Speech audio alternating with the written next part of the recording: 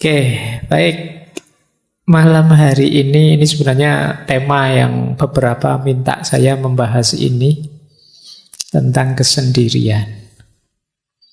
Ini tidak ada hubungannya dengan jomblo atau tidak jomblo ya. Kesendirian saya tidak ngomong di level itu. Bahwa mungkin kalian merasa kok tidak dapat pasangan Pak, itu tidak ada hubungannya dengan itu malam hari ini.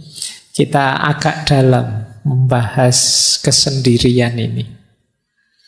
Minggu depan kebersamaan. Nanti teman-teman memutuskan sendiri ya. Malam hari ini kita elaborasi fitrah kesendirian. Minggu depan kita elaborasi fitrah kebersamaan. Kira-kira manusia itu lebih kuat di mana? Kira-kira mana yang lebih cocok, lebih pas? Atau masing-masing orang ada tipenya? Nah, ini nanti bahan buat teman-teman refleksi. Jadi ngaji kita setiap malam Kamis itu bagi saya mancing teman-teman untuk berpikir. Jangan kesusu ditelan, harus dicerna dulu. Karena obat yang sama tidak pasti manjur untuk semua orang. Karena mungkin masing-masing orang penyakitnya beda-beda. Kadang-kadang kita itu kan kayak ngaji ini kan temanya banyak, isinya macam-macam, terus kita rasanya pingin semuanya. Pingin hebat di semua bidang, dan itu mustahil. Makanya saya buka dengan kalimatnya Simone de Beauvoir. Ini tidak ada hubungannya dengan kesendirian, tapi menarik kalimatnya. Jadi dia menyindir kerakusan kita. Kata Simone de Beauvoir, betapa rakusnya aku. Aku ingin segalanya dalam hidup ini. Aku ingin menjadi seorang wanita, tapi sekaligus seperti pria. Jadi pingin seperti wanita kan feminin, tapi aku ingin kadang-kadang ya bisa maskulin. Aku pingin banyak teman, tapi juga punya waktu untuk menikmati kesendirian. Aku ingin kerja tapi sekaligus bisa nulis, kata Simone de Beauvoir. Aku ingin banyak kegiatan tapi bisa seneng-seneng. Aku ingin memenuhi keinginan, ini kan egois. Tapi aku juga ingin jadi orang yang tidak egois. Dan itu kita itu sering serakah. Nonton drama Korea, wah asik aku koyo aktornya itu ya. Wah kalau bisa kayak gitu asik. Nanti nonton perang-perang tembak-tembakan, wah kalau kayak jagonya itu hebat aku. Kok apa diingini? Maka kata Simone de Beauvoir, lihat, sulit bukan untuk mendapatkan semua yang aku inginkan. Begitupun kalau keinginan tidak terpenuhi, kemarahanku meledak. Ini yang sering saya wanti-wanti, yuk tahu diri, tahu batas. Kunci awal batas itu ada di keinginan. Kita harus jeli benar memutuskan apa yang harus aku inginkan. Begitu meleset, kita akan stres. Yang harusnya tidak diinginkan kok kita inginkan, wis itu mati-matian mesti teman-teman.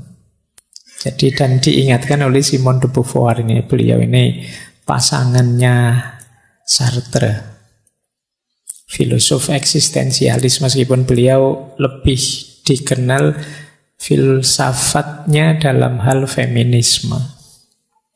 Baik, jadi kita buka dengan ini untuk mengingatkan ya, yang baik itu banyak, tapi yang baik, yang cocok dan pas untuk situasi teman-teman itu apa? Perlu perenungan agak dalam. Tidak sekedar baik langsung dicomot. Kita harus ngecek ini kompatibel apa enggak dengan saya. Ngaji Al-Quran dengan jahar keras itu baik, tapi kok di tengah-tengah kayak gini ngaji terus kamu ngaji Yasin itu ya tidak kompatibel kebaikanmu dengan situasi saat ini. Jadi maka di antara tahu batas dalam hidup itu kita tahu batas keinginan kita, mana yang harus kita inginkan, mana yang tidak cocok untuk kita inginkan sekarang. Mungkin besok, mungkin lusa, mungkin minggu depan baru cocok.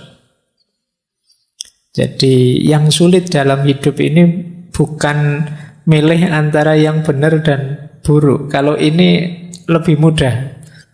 Saya harus jujur apa bohong, Pak? Ya mesti aja jujur.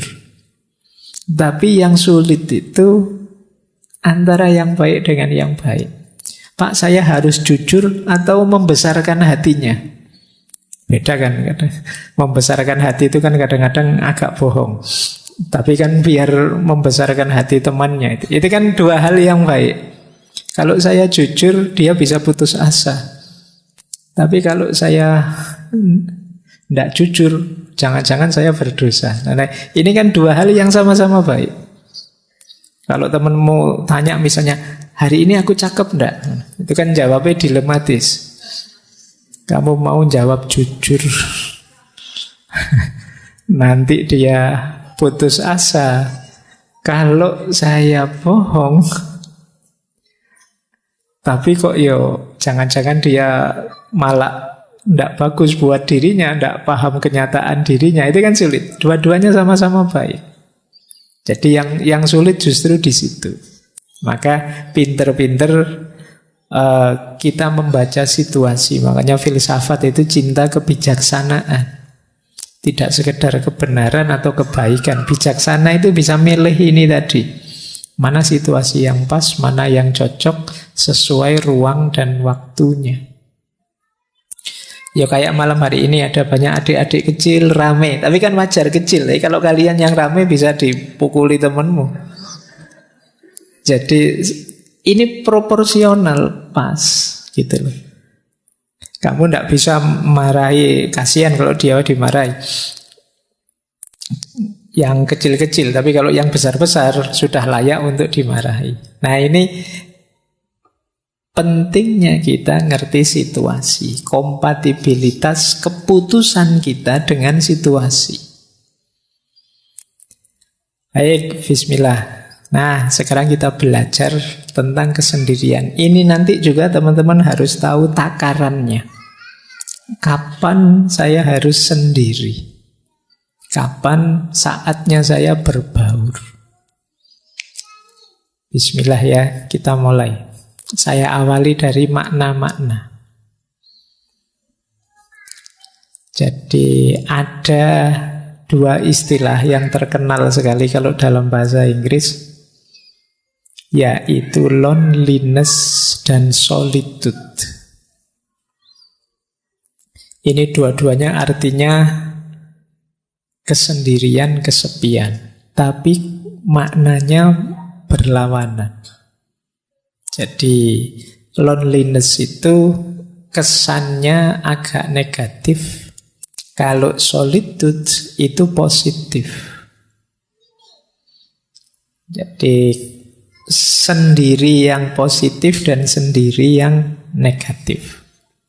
Sendiri yang negatif itu kita menyebutnya kesepian. Kalau sendiri dan kita kesepian itu kan tersiksa. Kesepian itu di situ saya tulis bagian dari yang kita rasakan saat sendiri. Ada loh orang yang sendiri tapi tidak kesepian. Biasanya memang dia senangnya sendiri. Makanya saya sebut itu di situ ada istilah menyendiri. Menyendiri itu memang orang yang dorongan jiwanya ingin sendiri. Jadi ada loneliness, ada solitude. Itu saya ambil dari Paul Tillich, teolog filosof. Dalam bukunya The Eternal Now. Jadi apakah kesendirian itu menyakitkan, Pak? Kalau loneliness iya, tapi kalau solitude tidak. Nanti kita akan paham bedanya apa. Jadi kalau pakai istilah bahasa Inggris ya, ada alone, ada lonely, ada solitude. Alone itu sendiri. Sendiri itu fakta. Banyak orang yang tidak mau aku sendirian, tapi faktanya sendiri. kenyataan hidup itu alone. Pak, saya datang ngaji sendirian. Nah, itu alone. Tapi kalau Pak, saya datang ngaji kesepian saya, Pak. Nah, itu rasamu. Nah, Pak, saya datang ngaji memang ingin duduk di pojok biar tidak terganggu. Nah, ini menyendiri namanya. Nah, bedanya di situ. Ada orang yang sendiri dan tersiksa, ada yang tidak. Jadi ini bedanya ya, sendirian dan kesepian. Kalau ada temanmu, kamu sendirian enggak? Oh ya sendirian, tak temeni ya. Enggak mesti dia senang kamu temeni. Karena kalau dia pas sendirian dan dia sukanya memang sendirian, kamu datang dan menemani, itu dia terganggu. Allah, kamu malah menemani, ini makanan mesti jatahnya harus dibagi. Ayo, mesti setelah ini minta hotspot mesti. Setelah ini, ya kan? Nah, kamu malah ganggu. Wong dia sendirian nyaman kok, kamu malah datang pengen menemani. Kecuali dia kesepian aku. Nah, butuh teman, itu baru kamu hadir menemani. Jadi ini kalian harus paham istilah-istilah dan situasi ya. Jadi orang yang sendiri itu tidak mesti kesepian. Karena memang kadang-kadang ada orang yang memang berupaya menyendiri. Jadi mungkin ngaji misalnya pengennya di pojok-pojok di luar-luar sana. Ngapain kok pengen menyendiri? Rokok saya tinggal separuh Pak. Kalau gak mojok nanti duduk banyak teman habis. Nah, jadi tidak selalu orang itu tidak suka dengan kesendirian. Ada juga yang memang mencari kesendirian. Ya dalam situasi tertentu nanti ada banyak sekali situasi-situasi yang perlu kita dalami. Baik, jadi ini dasarnya ini ya, nanti kita membahas ini antara yang positif dan yang negatif, antara sekedar sendirian dan yang tersiksa oleh kesendirian namanya kesepian, atau orang yang memang sengaja ingin sendiri. Hari ini banyak yang pakai istilah me time. Oh, berarti ini iya, waktunya buat aku saja. Aku tidak pengen diganggu, tidak pengen. Pokoknya yang aku suka saja menikmati hidupku, diriku sendiri. Baik, kita lanjutkan wawasan selanjutnya. Nah, ada banyak pandangan yang menyebut bahwa hidup ini hakikatnya memang sendirian. Jadi kondisi dasar kehidupan manusia itu sendirian. Mungkin teman-teman pernah dengar semacam peribahasa, kita lahir sendirian, hidup sendirian, dan mati juga sendirian. Berarti hakikatnya sendirian hidup ini. Kondisi murni dasar manusia itu sendirian. Tapi kan dalam kenyataannya kita berhubungan, Pak. Kita berinteraksi dengan orang, Pak. Nah, interaksi dan hubungan itu kalau sendirian tadi yang hakiki, berarti interaksi dan hubungan itu sifatnya artifisial. Jadi sifatnya tidak hakiki. Tidak ada hubungan yang tidak berpisah. Semua hubungan, semua relasi pasti pada saatnya berpisah. Berarti memang hakikat hidup ini sendiri. Maka teman-teman tidak perlu malu, tidak perlu gentar kalau kamu sampai usia sekian kok tidak punya pasangan, sendiri saja. Loh, ini yang hakiki justru seperti ini. Jadi hakikatnya hidup itu justru ini. Nah, makanya di situ saya kutip ya, ini kalimat dari Osho. Osho ini seorang tokoh filosof spiritual mistik India, punya aliran namanya Rajneesh. Kapan-kapan kita bahas beliau, seorang manusia spiritual. Judul bukunya menarik. The Sound of One Hand Clapping. Suara satu tangan yang bertepuk. Itu lebih kesepian lagi itu. Ya, jadi tepuk tangan tapi tangannya satu. Kata Osho, kita lahir sendiri dan akan mati sendiri. Di antara dua kenyataan tersebut, kita menciptakan 1001 ilusi tentang kebersamaan. Yakni semua jenis hubungan, pertemanan, permusuhan, cinta, kebencian, dan seterusnya. Kita menciptakan aneka halusinasi hanya untuk menghindari fakta bahwa kita adalah sendirian. Namun apapun yang kita lakukan, kebenaran tidak dapat berubah. Bahwa memang hakikatnya kita sendiri. Seperti itulah adanya. Daripada berusaha melarikan diri darinya, jalan terbaik adalah bergembira di dalamnya. Jadi jangan sedih, jangan galau, jangan malu, jangan gentar kalau kita sendirian. Karena memang kita lahir dulu sendirian, nanti mati juga sendirian. Makanya tadi saya bilang ini lebih hakiki. Jadi kalau ada pertanyaan mana lebih hakiki, sendirian atau kebersamaan, lebih hakiki sendirian. Ini jawaban malam hari ini ya, karena minggu depan teorinya beda. Jadi makanya tadi saya bilang, ya kamu nikmati teori demi teori, nanti cari yang paling cocok untuk hidupmu. Jadi di sini maka bisa disimpulkan kesendirian itu kalau bahasa Jawanya kasunyatan. Kenyataan hidup. Nanti ada yang bilang, kenapa sih kok hakikatnya hidup itu sendirian? Karena kita ini menghidupkan diri kita, yang bisa memahami ya kita, yang mengerti kita ya kita. Tidak ada orang yang bisa memahami kita sampai detail, sampai level paling kecil. Yang sahabat paling dekat pun paling ngerti gambaran umum saja kita. Tidak ada orang yang begitu pahamnya tentang kita selain diri kita sendiri.